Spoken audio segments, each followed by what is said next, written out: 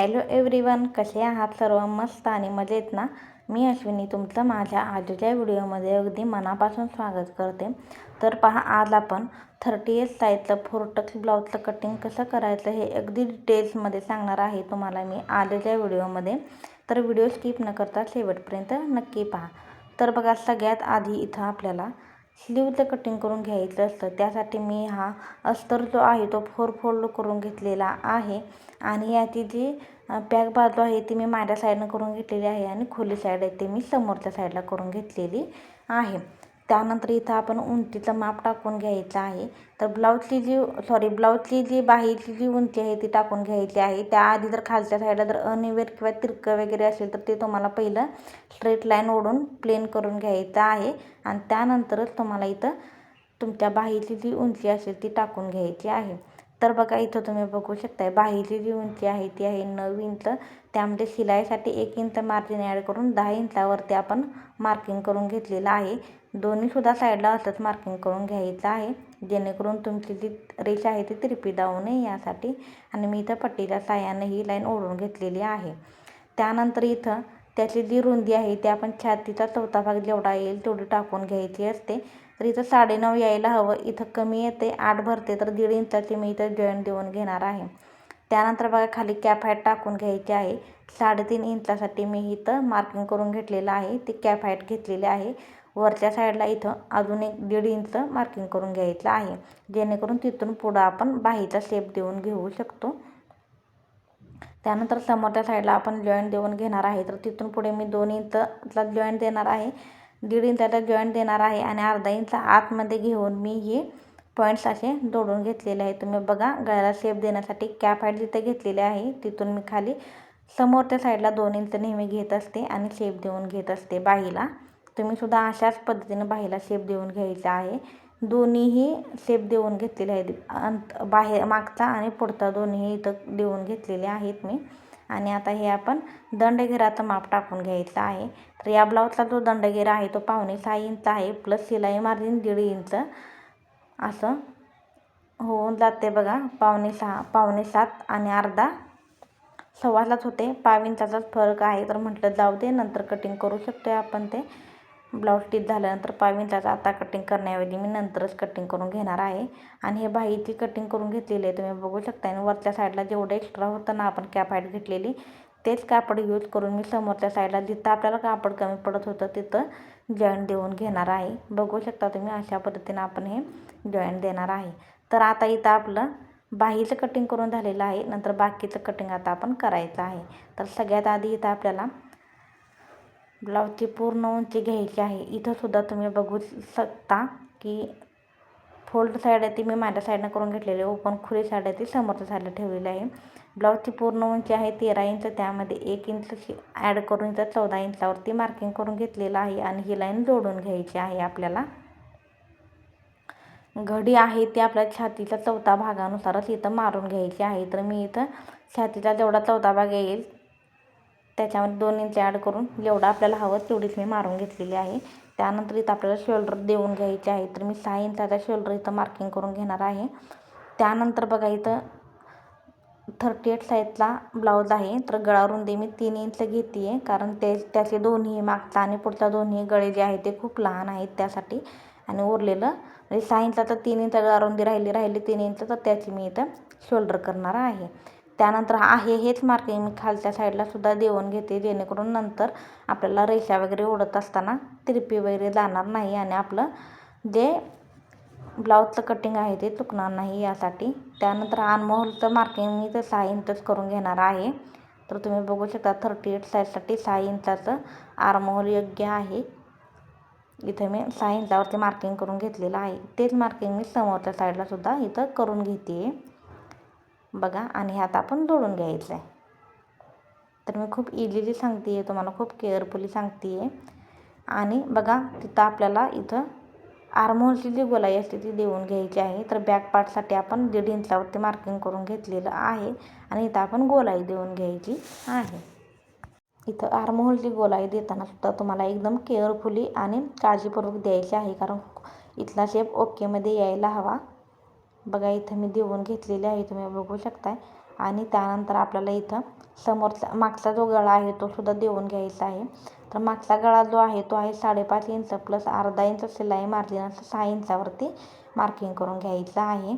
वरच्या साईडला मी गळा रुंदी 3 इंच घेतली होती, तर खालच्या साईडला सुद्धा मी इथं 3च घेणार आहे आणि मार्किंग करून घेणार आहे. आता जे आपण पॉईंट्स घेतलेले आहेत ते आता इथं पट्टीच्या साहाय्याने जोडून घ्यायचे आहेत आणि गळ्याचा शेपसुद्धा आपल्याला इथं देऊन घ्यायचा आहे. तर पहा, गळ्याचा शेप मी नंतर देऊन घेणार आहे. त्याआधी आपण इथं छातीचं मार्किंग करून घेऊया. 38 इंचाची छाती आहे, त्याचा चौथा भाग घेतो 9.5 इंच आणि 2 इंच शिलाई मार्जिन असं 11.5 इंचावरती मी इथं मार्किंग करून घेतलेलं आहे. त्याचप्रमाणे आपल्याला कमरेचं सुद्धा मार्किंग करून घ्यायचं आहे. जेवढी कमर येईल त्याचा चौथा भाग बॅक टक्ससाठी 1 इंच आणि 2 इंच शिलाई मार्जिन असं मार्किंग करून घ्यायचं आहे. त्याचा चौथा भाग येतो 8.5 इंच, 2 इंच शिलाई मार्जिन आणि 1 इंच बॅक टक्स 11.5 इंच येते. सो मी आहे असंच मार्किंग जशा आहेत रेषा तशाच खाली ओढून घेणार आहे. हे मार्किंग करून झालेलं आहे. आपण हे सर्व पॉईंट आहेत ते जोडून घेऊयात. तर बऱ्यापैकी आपलं इथं बॅक पार्टचं जे कटिंग आहे ते झालेलं आहे. आता फक्त बॅक टक्सचं मार्किंग करायचं राहिलेलं आहे आपलं. तर ते सेंटरपासून 4.5 इंचावरती मी देणार आहे. तर तुम्ही तुमच्या साईजनुसार देऊ शकता कमी किंवा जास्त. तर इथं 4.5 इंच सेंटरपासून घेतलेलं आहे आणि त्याची उंची जी आहे ती आपण 4 इंच घ्यायची आहे. आणि हे दोन्ही पॉईंट मी जोडून घेणार आहे. अर्धा इंच इकडं आणि अर्धा इंच तिकडं असा आपला हा टक्स असा हा 1 इंचाचा टक्स असणार आहे. त्यानंतर पहा, हे आपलं मार्किंग करून झालेलं आहे. आता हे आपण कटिंग करून घ्यायचं आहे. तुम्हाला मगाशी मी सांगितलं होतं अगदी त्याप्रमाणे इथं आता मी गळ्याची सुद्धा मार्किंग करून घेणार आहे. गळा गोलच होता, सो काहीच प्रॉब्लेम नाही आहे. आता पण कटिंग करून घ्यायचं आहे. कटिंग करत असताना सुद्धा जसं आपण मार्किंग करून घेतलं होतं अगदी त्याचवरून आपल्याला हे कटिंग करून घ्यायचं आहे. कटिंग करताना केअरफुली करायचं आहे, कारण हा बॅक पार्ट वापरूनच आपण फ्रंट पार्टचं सुद्धा कटिंग करणार असतो. अगदी त्याच पद्धतीनं जसं आपण बॅक पार्ट केलेला आहे. तर बघा, इथं हळूहळू करत मी कटिंग करून घेते आहे. तुम्हाला अजून पण जर काही बॅक पार्टमध्ये जर कटिंगमध्ये काही प्रॉब्लेम किंवा मार्किंग करण्यामध्ये तुम्हाला काही प्रॉब्लेम्स वाटत असेल तर मला कमेंट्समध्ये सांगा, किंवा कोणत्या साईजचं ब्लाऊज तुम्हाला हवं आहे ते सुद्धा मला तुम्ही सांगू शकता. मी त्याचा व्हिडिओ नक्की तुमच्याशी शेअर करण्याचा प्रयत्न करेन. बॅक पार्ट आहे असा सेंटर जोडून इथं ठेवलेला आहे बघा उरलेल्या कापडावरती आपण, आणि जसं आहे तसं मार्किंग करून घेतलेलं आहे. कारण याचाच उपयोग करून आपण फ्रंट पार्टला सुद्धा कटिंग करून घेणार आहे यासाठी. तर यामध्ये काही नाही, फक्त उंचीमध्ये फार तर उंचीमध्ये थोडासा चेंजेस असतो आणि बाकीची फ्रंट पार्टची जशी मार्किंग आहे तशी आपण करून घ्यायची आहे. तर बॅक पार्ट होता आपला 14 इंच, त्यामध्ये 1 इंच शिलाई मार्जिन ॲड करून आपण 15 इंचावरती मार्किंग करून घ्यायचं आहे. फ्रंट पार्टची उंची जी आहे ती नेहमी बॅक पार्टपेक्षा 1 इंचानं जास्त असते, कारण फ्रंट पार्टला 4 टक्स ब्लाऊजमध्ये फ्रंट पार्टला थोडे टक्स वगैरे येतात, त्यामुळे ते त्यामध्ये ॲड होऊन जेवढी आपली बॅक पार्टचं कटिंग आहे तेवढंच आपलं फ्रंट पार्टचं नंतर स्टिचिंग होऊन जातं. त्यामुळं जे पॉईंट्स घेतले होते ते आता इथं आपण जोडून घ्यायचे आहेत. त्यानंतर इथं आपल्याला गळारुंदी देऊन घ्यायची आहे. तर आपण गळारुंदी बॅक पार्टला 3 इंच घेतली होती, तशीच फ्रंट पार्टला सुद्धा घ्यायची आहे. इथं गळारुंदी देऊन झालेली आहे. आता गळ्याची उंची देऊन घ्यायची आहे. तर गळ्याची उंची आहे 5.5 इंच, त्यामध्ये अर्धा इंच शिलाई मार्जिन असं 6 इंचावरती मी मार्किंग करून घेतलेलं आहे. सर्व पॉईंट्स जोडून घ्यायचे आहेत. जेवढा आपण वरच्या साईडला 3 इंच घेतलं होतं, तर या ब्लाऊजला मी खालच्या साईडला सुद्धा 3 इंच घेतलेलं आहे आणि दोन्ही सर्व पॉईंट्स जे आहेत ते जोडून घेतलेले आहेत. आणि एक स्क्वेअर करून इथं आपण गळ्याचा आकार देऊन घ्यायचा आहे. तर या ब्लाऊजला गोल गळा हवा होता, सो मी गोल गळा काढून घेतलेला आहे. आता आपण शोल्डरचं मार्किंग करून घ्यायचं आहे. सेंटरपासून 6 इंच आणि वरून खालच्या साईडला सुद्धा 6 इंच तसं आपण हे मार्किंग करून घ्यायचं आहे आणि पॉईंट्स जोडून घ्यायचे आहेत. त्यानंतर इथं आपण फ्रंट पार्टच्या जो आर्महोलची गोलाई असते ती देऊन घ्यायची आहे. तर फ्रंट पार्टची जी गोलाई आहे आर्महोलची ती 1 इंचावरती मार्किंग करून घ्यायचं आहे आणि केअरफुली हा आपल्याला शेप देऊन घ्यायचा आहे. तर तुम्ही बघू शकता अशा पद्धतीने आपण हे मार्किंग करून घेतलेलं आहे. आता बेसिक मार्किंग आपलं झालेलं आहे. त्यानंतर याच्यानंतरची प्रोसेस आता इथं आपण करून घ्यायची आहे. क्रॉसपट्टी आपल्याला इथं काढून घ्यायची आहे. तर जेवढी आपली पूर्ण उंची असेल तयार त्यामधून 1 इंच मायनस करायची आहे. तर माझी या ब्लाऊजची पूर्ण उंची तयार होती 13 इंच, त्यामधनं 1 मायनस केला 12 इंच झालं. तर 12 इंचावरती मार्किंग करून मी एक लाईन ओढून घेतलेली आहे.